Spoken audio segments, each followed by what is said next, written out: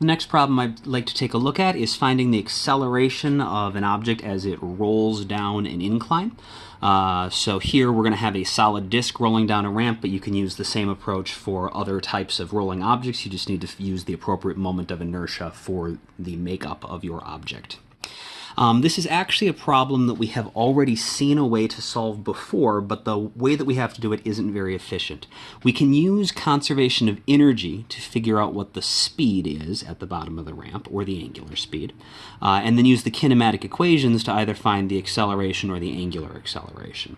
The problem is that that winds up taking two sets of equations or two steps in order to solve, and we'd like to find a way to do this in one step. And that should be something we can do if we're looking for acceleration or the angular acceleration. They both will use the same approach. We know that acceleration and angular acceleration are related to force and torque. And so there should be a way to do this problem in one step using force and torque. And that's generally going to be the way that we attack problems like this, or how we know which way to attack the problems. If you're doing an incline problem and you want to find the speed, the fastest way is going to be using energy. And if you want to find the acceleration, the fastest way is going to be using free body diagrams, just like when we were doing linear motion. So if I want to use a free body diagram to solve this, I'll start by drawing all my forces in. We know gravity is going to be pulling down on my object. So that is the force of gravity, and the gravity acts on the entire object, or it acts on the center of mass of the object, so we'll draw it in like that.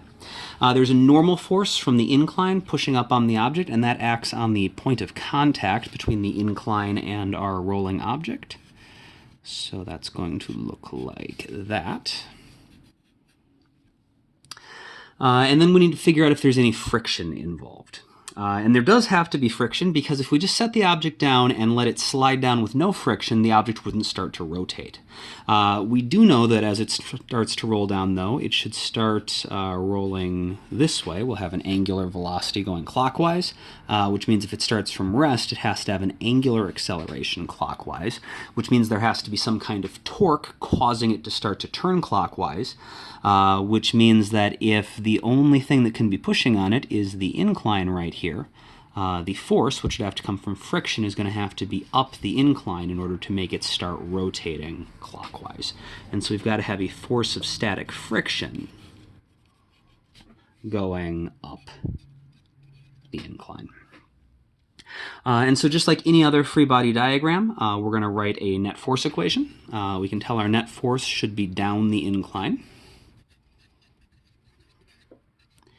And we'll need to find components for our force of gravity. So we've got, draw our components in here.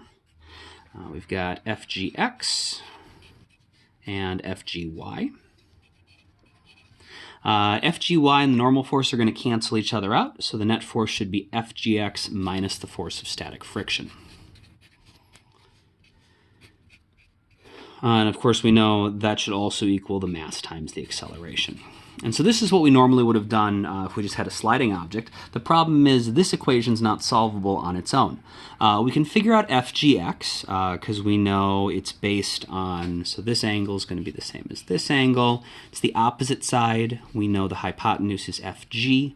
So FGX should be the hypotenuse FG, or m times g times the sine of theta.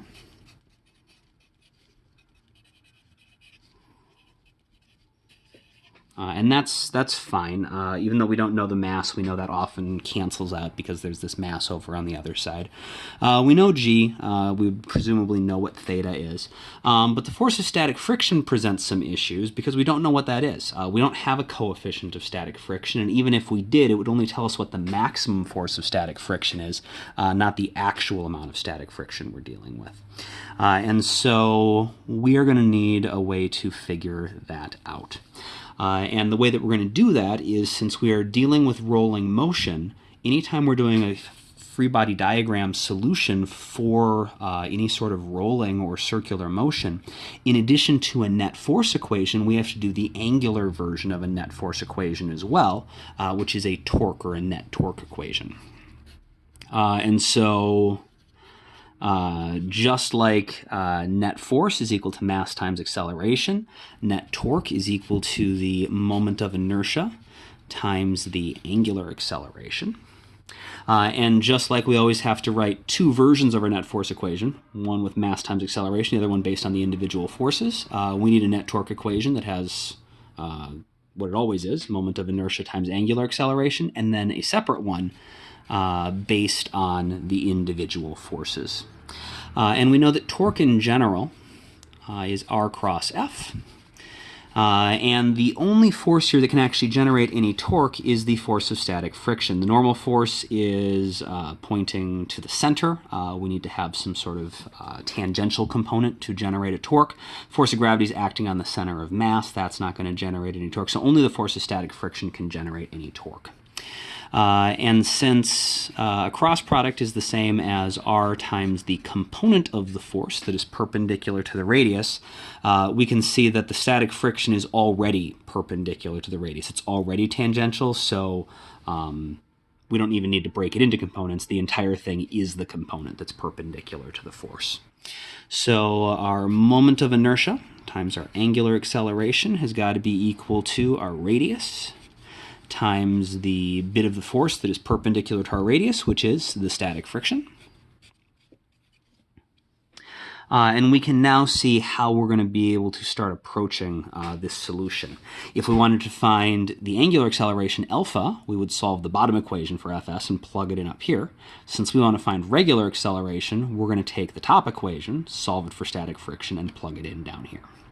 So if I times alpha is R times the force of static friction, the force of static friction is going to be equal to the moment of inertia times the angular acceleration divided by the radius. And then we'll just take that and plug it in there. We'll take this equation for Fgx, plug it in there, and that's going to give us mg sine theta minus I alpha over r is equal to the mass times the acceleration. From here, we want to find the acceleration, so we need to start getting rid of anything that we don't know or don't have any way to eliminate. M we know is probably going to go away eventually. G's fine, we know that. We know the moment of inertia for a solid disk is equal to 1/2 mr squared. We also have an alpha and an a. So we have angular acceleration and regular acceleration. We want to get rid of whichever one of these we're not using. In this case, we're not using angular acceleration. So angular acceleration equals a over r. And so we'll plug that in. That should simplify things a bit. We're going to get mg sine theta minus I is going to be 1/2 mr squared times alpha is a over r divided by r is equal to the mass times the acceleration. And so we can cancel m out of every single term. We've also got an r squared here, and we're dividing by r and dividing by r a second time, so those should all cancel out. And we're going to get g sine theta minus 1/2 the acceleration is equal to the acceleration, which means that g sine theta is equal to the acceleration plus half the acceleration is going to be 3/2 the acceleration. And so if we solve for acceleration, we are going to get 2/3 g sine theta. Which you might remember, so this should make sense because you might remember from just an object sliding down a ramp. If we just have an object sliding down a frictionless ramp, its acceleration is just going to be g sine theta. We know that an object rolling down a ramp goes slower than an object sliding down a frictionless ramp. And so this needs to be a number less than g sine theta, which it is.